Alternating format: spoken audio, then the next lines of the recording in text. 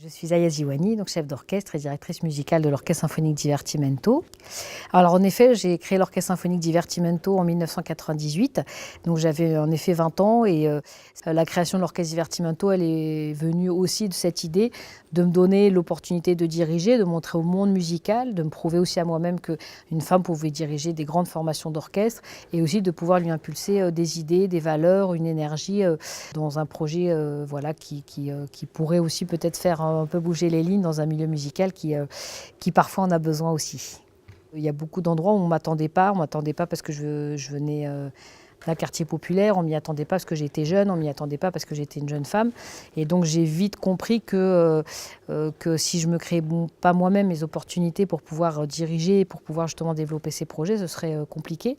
Et qu'avec l'Orchestre Divertimento, quand on est présent dans différents territoires, en Seine-Saint-Denis, dans d'autres territoires urbains, ruraux, et qu'on joue aussi pour clôturer un certain nombre de nos productions dans d'autres salles de concert qui sont voilà, renommées, comme la Philharmonie de Paris, le Grand Théâtre de Provence, et ben, on reste les mêmes artistes, avec le même engagement, avec le même programme musical, avec la même qualité, avec la même envie. On nous offre la possibilité d'être à la fois artistes et de transmettre notre passion, de la faire partager, de pouvoir transmettre des connaissances, des savoirs.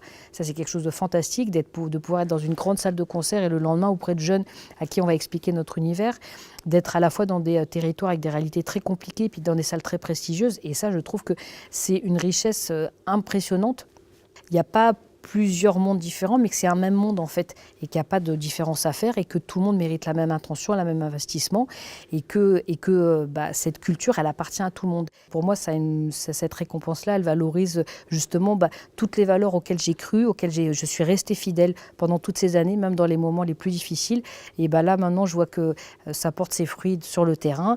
Il y a aussi cette reconnaissance-là. Donc, moi, ça m'encourage à m'engager à continuer à m'engager dans cette voie-là, à me re-questionner, à chaque fois dépasser mes limites, me réinterroger sans cesse.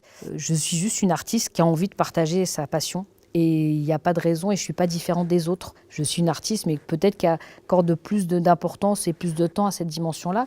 Et pour moi, c'est important que ça soit une institution comme la DAMI, qui représente les artistes. Mais en tout cas, pour moi, c'est un beau message d'espoir et surtout d'encouragement pour continuer à œuvrer dans ce sens.